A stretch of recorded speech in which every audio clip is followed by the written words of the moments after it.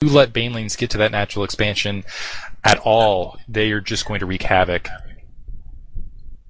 Yeah, I agree completely. Zerg matchup for a while was really boring, especially like right around the time after beta when they doubled the food cost of roaches. It was really hard for Zergs to do anything but get speedlings and banelings and just nonstop tier 1, maybe even single base baneling speedling versus each other.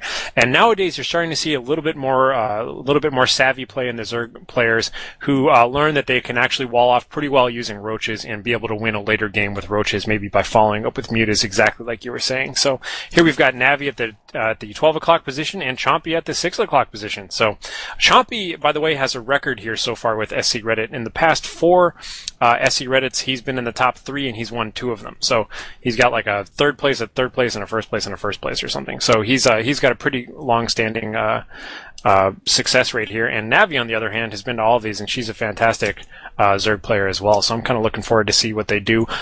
My prediction, or at least my hope, is that we see one player go banelings and one player use the more modern technique of roaches and beat the baneling player. I'd like to see that happen, but who knows?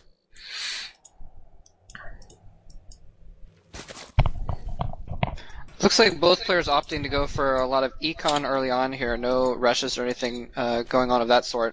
Just going for lots and lots of drones, and they're going to get overlords in each other's bases here pretty soon. So they're going to be able to scope out exactly what tech is going on for the early game until queens come out and start, going to work on those. And it looks like we do have a spawning pool. The first spawning pool has been made. Second one as well, just moments later. So they're both pretty much on the same build at the moment. They're going to have a decent economy going into the sort of, I don't know if you could call it mid-game, but Chompy calling Navi a copycat for making his pool, or her pool at the same time. Anyway, so it looks like we're going to have a pretty decent economy, and yeah, I'm curious to see what they're going to go for. The Overlords will be able to hang around for a little while and see what they do. It looks like expansion going down for Navi now. So we are seeing a little bit of change. So expansion for Navi and Chompy going with the gas only. Navi gas as well. Yeah, I was going to say my red flag went up the very first time. This is the first game we haven't seen Navi open with an extractor. To have her open with a spawning pool and no extractor is wild for me, and it's probably because it's the first Zerg on Zerg matchup we've seen so far. And lo and behold, she went 14 pool, 14 hatch, and then 14 extractor or something like that. So, and like you said, whereas Chompy's got a more traditional kind of speedlingy build, Chompy is in a position to go baneling speedlings. And Navi, on the other hand, it's hard to tell where she is. So I'm going to have to see if she does opt going for roaches or if she's going to try and counter banelings with defensive banelings or what. But this expansion here could win her the game, or it could be the biggest liability. So we'll have to see what she does with that. Indeed, it's going to be up to her to cover a lot of territory, and really the key here is that little bridge here, and I'll put a ping there so you can take a look at it, is that little bridge right there, because if going all the way around otherwise, it's going to take a long time to get to forward position, but if she can just manage to defend that without losing a ton of Zerglings to perhaps banelings, and I assume Chompy's going to go banelings at this stage, if she can get some roaches or something with a little chunk to it in that gap to make sure she's not having to defend basically both her ramp, that huge territory around her natural secondary, she'll be in a good position. I take it back, actually. Chompy has decided he is going up to lair, but he is also taking a natural expansion, and he's getting the extractor, and unfortunately for him, this is going to put him in a difficult economic position as long as Navi saturates that expansion as well, and I'm not sure whether Navi's going to get a good spot on that or not. Her overword's a little out of position. She is going to see that second gas, but wow, this is a interesting turn of events right here. Chompy going for the lair very, very quickly, and then going for an expansion as well. Not very many lings at all for either player, actually. Both of them just getting that spawning pool mostly for queens. And so I'm curious if we're going to see like a quick muta in an attempt to go against the roaches that Navi apparently is known for, or the roaches that you could normally expect here. The lair is about... well, the lair is up, actually, and there we go. We see a baneling next going down below. So you're right, we are seeing banelings out of Chompy. Baneling and Aspire too, which is this is a strange build for me because it's got both. He finally went into the Banelings much like we predicted, but yet the Spire's there, so could be distracting with Banelings and to try and shift her build into a more roach heavy build and try and trigger her alarm and have her say, "Oh, I need roaches now," and then suddenly surprise with mutas? Who knows? Really, the trick here on this build for Navi is she needs to not overcommit with the roaches, and she needs the roaches to be on that gap in position. Right now, she's holding a ramp, and really what she needs is she needs to get just a drone or a Zergling or something like that. Check that northern, or I should say that western Zelnaga watchtower, so she can see any troop moving to that location, and again, just have the roaches on position to block the banelings on that right corner, rather than having to hold out that territory. And then again, she needs to not overcommit on the roaches. The Hydralisk Den is coming down, so it's just going to be basically, again, mobility.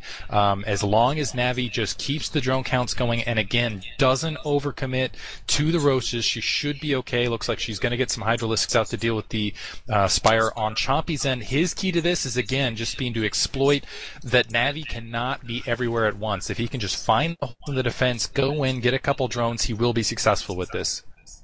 Yeah, I think as far as tactics are concerned, Navi has a major advantage here. Roaches for the banelings and Hydras for the mutas. Basically, she has the tech that can exactly counter the tech that Chompy has. So Chompy has a few more drones at the moment, and may have the advantage of some surprise with these mutas before she can get many Hydras out. Like we were saying, if Chompy can kind of move around, use that mobility, then may be able to take an advantage that way. But otherwise, if it lasts too much longer, the Hydra Roach is just going to outdo anything that that Chompy can basically put out right now with his current tech. Okay, and so on the right-hand side of the screen, we've got the first batch of Mutalisks coming through, and we're going to see what their harassment's going to be like, and a couple of Banelings. So we've actually got kind of a two-pronged attack here, and just like you were saying, Diggity, she's got to be able to see if she can get her reinforcements to do something about that. And here come the harassment, a lot of casualties on their side. Not a lot, but a handful, but at least preventing mining there while the Queen defends. But I think these Hydras have all that it takes, and I'm curious to see what he's actually going to end up doing with these 4 Banelings, because they seem kind of pitiful at this point.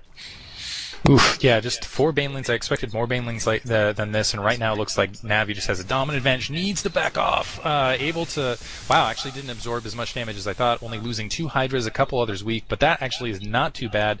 Actually, in this situation, Chompy overcommitting on the Mutalisks and undercommitting on the Banelings here, and Navi is in a huge dominant position. Even though she's going to lose some more drones, it looks like on her main, she's up 45 Harvesters to 30, I'm sorry, she's actually down 34 Harvesters to Chompy's 48. Yeah. So Chompy actually maintaining a lead here. It looks like Navi not able to keep up with the macro on this edge. So Chompy, I like the strategy here, going up, just using the Mutalisks to pin Navi back. In the meantime, just unloading Harvesters left and right, knowing that basically Navi has to sit back and deal with the attacks that Chompy's throwing at her. Yeah, Chompy basically made just a few Banelings and a few Mutalisks and did not overcommit. I didn't see what happened to those Banelings. I must have missed it. But and then droned up like crazy. So, like you said, lots of drones. It looks like Navi's trying to catch up in drones right now that she knows that she has a little bit of an advantage. And these Hydras out to defend. Muta's coming in trying to do some harassment. There's a few Hydras that are going to keep those held off. But yeah, so Navi has the tech advantage, and Chompy has the momentary econ advantage, and he's trying to use that econ advantage and make it even larger by picking up these drones, doing a decent job of running around, not really losing any mutas or anything like that, so doing a pretty good job of that. Those mutas are going to get chased off, but in the meantime, keeping that edge, a good 10, 12 drone edge right now. Let's see if... No, still okay. No, Hydra's Den is up, so Chompy is switching into a different tech as well, which I think is going to be good in the long run. I think one of my biggest complaints about both of these players that they've done consistently throughout, and of course I'm just nitpicking now, but is spreading creep tumors, and we're finally seeing Navi take the time to put that out a little bit. But both players don't really do that. Now I can understand that in a Zerg versus Zerg matchup to some extent. If you fear Speedlings and Banelings, the last thing you want to do is give them a speed advantage to come and maneuver around in your base. So I think now that she knows that's not the case, she's starting to actually spread that creep around so that she can actually defend with her Hydralisks. But Chompy's got a big force of mutas to look out for, and I really want to see what he's going to end up doing with that, because here he comes taking out this Overlord, or the Overseer that's down here. But yeah, we're going to have to see. She's going to need to be more mobile, which means spreading creep everywhere where she thinks she's going to get attacked is the best possible bet for her. Yeah, unfortunately for Navi at this stage, I feel like Chompy's just had much superior macro. Granted, she did lose 3 drones, but I don't think she was really keeping up with the larval spawn larva. Wasn't able to keep up with basically with the Mutalisk positioning, and I really like what Navi's doing, just getting a bulk force of Mutalisks essentially to run around, realizing that Mutalisks, this is a very difficult map to move around on with just Mutalisks. Like that 3rd expansion, going to get taken out very rapidly. Chompy getting a death grasp on this right now. So essentially, Navi has to keep a pile of Hydralisks together, where Chompy can just move around with his little pile of Mutalisks, and the Hydralisks are just running into walls. Essentially, they're like, you can just kind of visualize that kid who's looking at to catch the baseball and head on running into a fence or something along those lines. But yeah, right now, Chompy has twice the Harvester count almost of Navi, and he is just sitting pretty. I think, and I'm not the best player, but if I was Navi right now, I would be attacking because, and just leave, your reinforcement Hydras to try and hold off the Mutas a little bit and try and do some damage back because, and obviously she doesn't know what situation she's in completely, but with double Harvesters on the other player, but she's got this advantage and it's just letting, Chompy keep this map control. Needs to move out with those Hydras and try and take out one of Chompy's bases, try and do some damage back basically at this point because she's been stuck in her base this entire time. We do have some burrowed roaches moving across the map. Looking around, there's a couple Overseers morphing in the area, so it's not going to be too big a deal as long as they get those. Yeah, the Mutas are just like hovering over those roaches, just waiting for an Overseer to show its face. Anyway, I agree. But here come the Hydras now to move out to join it, so that would be good. Yeah, I agree completely with your assessment of that mole trap. Is the fact that I see this a lot in 2v2s and 3v3s as well, which is when somebody has a big, and here's the hit right now. When somebody has a big army of Mutas and they're harassing and keeping everyone in the base, the best thing you can do, because you have the units that counter Mutas, is just go and attack them with it. Because Mutas want to be attacking and harassing. You never want to defend with Mutas against stuff that kills Mutas. And so you just take all these, take as many Hydralisks as you can and put them in the Muta player's base, and they can never defend against it. And so that's really her best bet. I'm glad to see her doing that.